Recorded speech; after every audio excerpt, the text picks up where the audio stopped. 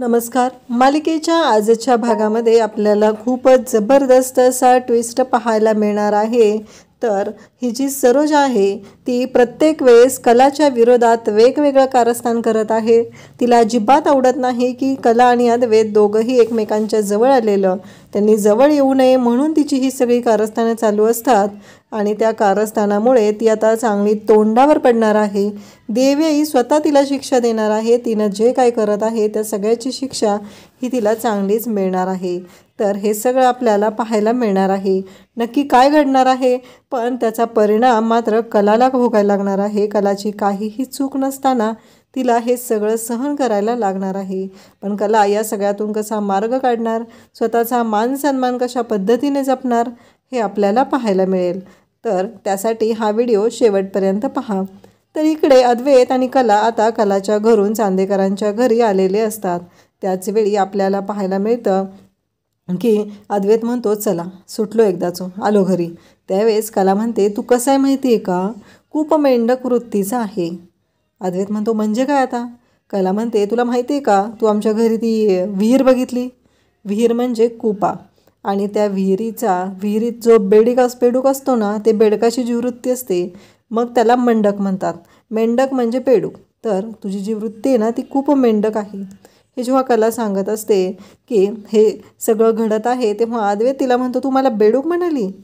अद्वैतला कला म्हणते, अरे काय चांदेकर, मी तुला बेडूक कुठं म्हणाली आहे. मी तुला फक्त एवढंच म्हणते की तू आहे ना खूप मेंढक वृत्तीचा आहेस. मी तुला अजिबात बेडूक म्हणालेली नाही. हे सगळं कला त्याला छान असं एक्सप्लेन करत असते. त्याला सांगत असते की मी काहीही चुकीचं बोललेली नाही तुला. हे सगळं कला दाखवून देत असते. त्याचबरोबर आपल्याला पाहायला मिळतं अद्वैत म्हणत असतो की तू प्रत्येक वेळेस असंच काहीतरी करत असते. परंतु कलाचं असं म्हणणं असतं की मी असं काहीही केलेलं नाही. त्याचबरोबर अद्वैत तिला म्हणत असतो की तू माझ्याबद्दल चुकीचं बोलू नकोस. कला म्हणते की काय रे, झालं का तुझं सुरू, माझं घर, मला सगळं तुझं सुरू झालेलं आहे. अद्वैतला मात्र आनंद होत असतो. अद्वैत म्हणत असतो, फायनली आता माझ्या घरी आलेलो आहे, त्यामुळे इथे ज्या गोष्टी होणार आहेत त्या माझ्या मनासारख्या होणार आहेत असं अद्वैतला वाटत असतं. अद्वैतला खरं तर खूप आनंद झालेला असतो. त्याला असं वाटत असतं की फायनली आपल्या मनासारख्या गोष्टी होणार आहेत आणि आपल्याला जसं हवं तसं आपण राहणार आहोत, आपल्याला जे हवं ते करणार आहोत असं अद्वैतला वाटत असतं. परंतु कला मात्र शांत बसत नाही. कलाला माहिती असतं की अद्वैतचा जो स्वभाव आहे तो कशा पद्धतीचा आहे, तो कशा पद्धतीनं बोलू शकतो, कशा पद्धतीनं वागू शकतो, या सगळ्या गोष्टी अद्वैतला चांगल्याच माहिती असतात आणि त्याचबरोबर कलालाही माहिती असतात. ते दोघंजण एकमेकांना चांगले पुरते ओळखून असतात, म्हणून तर एकमेकांची खेचत असतात, एकमेकांबद्दल वाटेल ते बोलत असतात आणि एकमेकांना त्रासही देत असतात. हे सगळं आपल्याला पाहायला मिळतं. तर अद्वैत आणि कला त्यांचं हे बोलणं चालू असतं. अद्वैत म्हणतो की आता तरी तू मला माझ्या घरात तरी माझ्या म्हणण्याप्रमाणे राहू देणार आहेस की नाही, का इथे पण तू तुझी दादागिरी करत राहणार आहे. असं म्हटल्यानंतर कला म्हणते की मी कशाला रे कुणाची दादागिरी करू देऊ, कारण सगळं काय ते तुझ्या म्हणण्याप्रमाणेच घडत असतं ना. काही झालं तरी सगळं तुझ्या म्हणण्याप्रमाणेच घडणार आहे. असं मुद्दामच ती अद्वैतला चिडवत असते, त्याला रागाला येईल असं बोलत असते. त्याचवेळी अद्वैत म्हणतो की बाद झाला, खरे तू प्रत्येक वेळेस तुझी मनमानी करत असते. कला म्हणते, आता कसं वाटलं, तुला प्रत्येक वेळेस वाटत असतं ना तू जसं म्हणशील तशाच सगळ्या गोष्टी झाल्या पाहिजेत. पण एक गोष्ट लक्षात ठेव, काही झालं तरी तू जसं म्हणशील तसं काही होणार नाही. काही झालं तरी मला पण स्वतःचा काहीतरी स्वाभिमान आहे ना. हे सगळं कला बोलत असते. शेवटी कला म्हणते की तुला काय करायचं ते कर आणि कला तिथून निघून जाते. अद्वैत मात्र विचार करत असतो, ही खरे आहे ना, प्रत्येक वेळेस माझ्यावरती अशीच डाफरत असते, मला अशीच बोलत असते. हिच्या घरी होतो ना तरी पण ती अशीच वागत होती आणि आता इकडे माझ्या घरी आलेलो आहे तरीही तशीच वागत आहे. कलाला म्हणत असते की चांदेकर, हे बघ, मला भरपूर काम आहे, तुझ्याशी वाद घालण्यामध्ये अजिबात इंटरेस्ट म्हणत असतो की काय कटकट आहे डोक्याला ह्या बाईची, अजिबात शांत राहू देत नाही. अद्वैत स्वतःच्या डोक्याला कटकट करून घेत असतो आणि त्या गोष्टीचं खापर मात्र कलावरती फोडत असतो. इकडे राहुल आणि नैना यांच्यामध्ये जोरदार भांडण सुरू आहे, कारण राहुलचे पैसे जे नैनाच्या अकाउंटला ट्रान्सफर करायला लावलेले होते त्यातले 1,00,000 रुपये नैनाने गायब केलेले आहेत.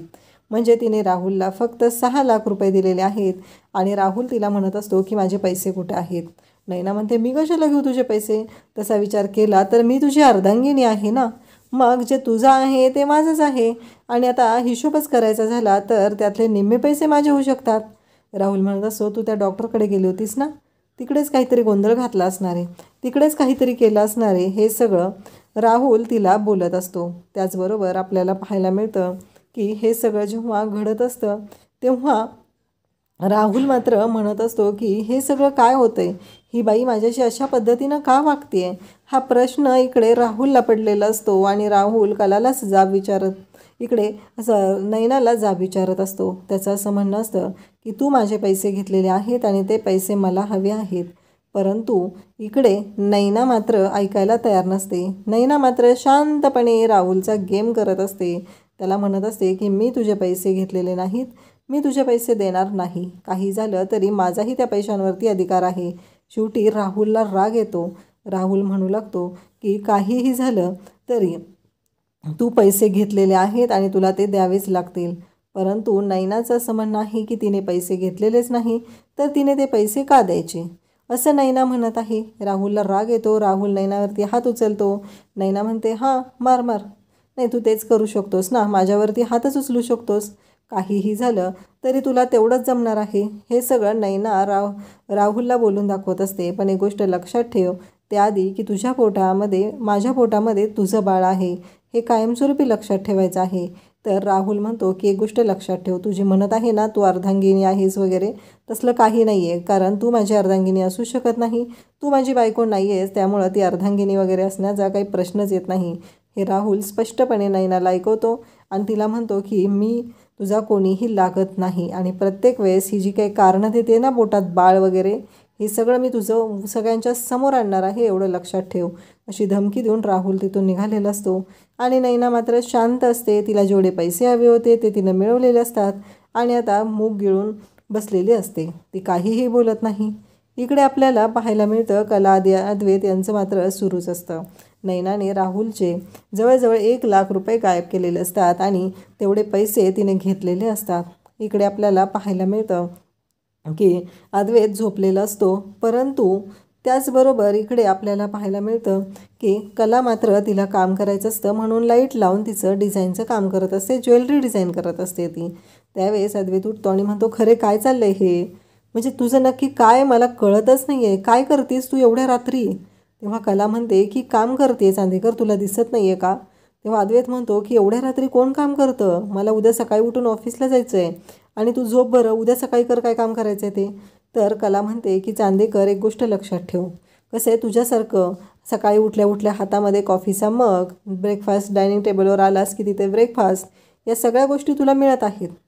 पण एक गोष्ट लक्षात ठेव, मला यातल्या कोणत्याच गोष्टी मिळत नाहीत. मला हे सगळं स्वतःलाच करावं लागत आहे. माझ्या हातात कोणी देत नाही आहे, मला घरातल्या सगळ्यांसाठी कामं करावी लागतात आणि त्याचबरोबर ज्वेलरी डिझाईनचं काम करावं लागतं, त्याचबरोबर ऑफिसमधलंही काम करावं लागतं आणि आता मला आबांनी ही मूर्ती बनवायला सांगितली आहे. तेव्हा अद्वैत म्हणतो, हो ते तुझंच काम आहे ना, तुला करावंच लागणार आहे, त्यात काय एवढं. त्यामुळं कला म्हणते की मला माझी टाईम मॅनेजमेंट बघू दे आणि मला ते माझ्या पद्धतीनं करू दे, असं सांगत असते. तेव्हा मात्र अद्वैत म्हणत असतो की खरे हे काय घुबड वृत्ती चालली आहे तुझी, म्हणजे यावेळी माणसं झोपलेलीच असतात, घुबडं फक्त जागी असतात आणि तू तेच करत आहेस, असं तो कलाला म्हणत असतो. कलाला सांगत असतो की काहीही झालं तरी आत्ता मी लाईट बंद करणार आहे, मला झोपायचं आहे, तुला जे काम दिलेलं आहे ते काम तू उद्या कर आणि तुझ्या वेळेनुसार कर, कारण दिवसभर तू काय करत असते. तेव्हा कला म्हणते की बरोबर आहे, दिवसभर मी काहीच करत नाही, त्यामुळं काय काम करायचं आहे ते मला ठरवावंच लागणार आहे ना. आणि अद्वैत तसाच झोपी जातो. पण तो झोपताना लाईट बंद करतो. कलाला खूप राग येतो. अद्वैत म्हणत असतो की माझी रूम आहे, माझा बेड आहे, मी ठरवणार सगळं, माझं घर आहे. तेव्हा कला म्हणते की 5 वेळा तू 5 वेळा मला बोललेलं आहेस, कारण प्रत्येक वेळेस तुला तेच पडलेलं असतं. आणि कला मात्र अद्वैतवर चांगलीच भडकत असते. त्याचवेळी आपल्याला पाहायला मिळतं अद्वैतने लाईट बंद केलेली असते. कला तशीच थोड्याशा उजेडात तिथं काम करण्याचा प्रयत्न करत असते, कारण तिला मूर्तीसाठी ते दागिने घडवायचे असतात. पण त्या अंधारामध्ये तिला ते काम काही जमत नाही. कलाला खूपच वाईट वाटत असतं, पण कला मात्र खूपच जिद्दी असते. काही झालं तरी माघार घ्यायची नाही, हे कलाने ठरवलेलं असतं. आणि मग कला उठते आणि बेडरूमचा दरवाजा उघडते, कारण तिच्याकडे काहीच ऑप्शन नसतो. अद्वैतने लाईट बंद केलेले आहेत, त्याची रूम आहे, त्याने ठरवणार काय करायचं आहे, असं म्हणत अद्वैतने लाईट बंद केलेल्या असतात. आणि त्याचबरोबर अद्वैत झोपलेलाही असतो. कलाला त्रास होत असतो. मग कला उठते आणि बेडरूमचा दरवाजा उघडते. दरवाजा उघडण्याच्या आवाजाने अद्वैत लगेच जागा होतो. कला म्हणते की आत्ता तर घोरत होतास की रे चांदेकर, आणि लगेच कसं जागा झालास रे? नक्की काय आहे तुझ्यात मनात? तेव्हा अद्वैत म्हणतो की काय चाललंय, तू रूमचा दरवाजा का उघडलेला आहे? तेव्हा कला म्हणते की मला काम करायचं आहे, तुला मी सांगितलं आहे ना, मला काम करायचं आहे आणि तू मला डिस्टर्ब करू नकोस. काही झालं तरी मला माझं काम माझ्या पद्धतीनं पूर्ण करू दे, असं कला त्याला सांगत असते. पण अद्वैतला मात्र राग येत असतो. अद्वैत म्हणतो असं आहे का, तुझ्या लक्षात येत नाही आहे का, या रूममध्ये AC आहे, चांदेकरांच्या घरी AC आहे आणि AC खराब होऊ शकतो, त्याच्या कॉम्प्रेसरवर लोड येऊ शकतो, असा रूमचा दरवाजा उघडा ठेवला तर? कला म्हणते हो रे बाबा, ACची काळजी आहे तुला, कॉम्प्रेसरवर लोड येईल, पण माणसांची काळजी मात्र तू करू शकत नाही, कारण तुला ते जमणारच नाही, ते तुझ्या रक्तातच नाही, असं कला त्याला बोलत असते. अद्वैत मात्र खूप चिडलेला असतो. अद्वैत म्हणतो असं आहे का, आणि कलाला तो म्हणतो की आत्ताच्या आत्ता तो रूमचा दरवाजा बंद कर. कला मात्र ऐकायला तयार नसते. कला म्हणत असते की मला काम करायचं आहे.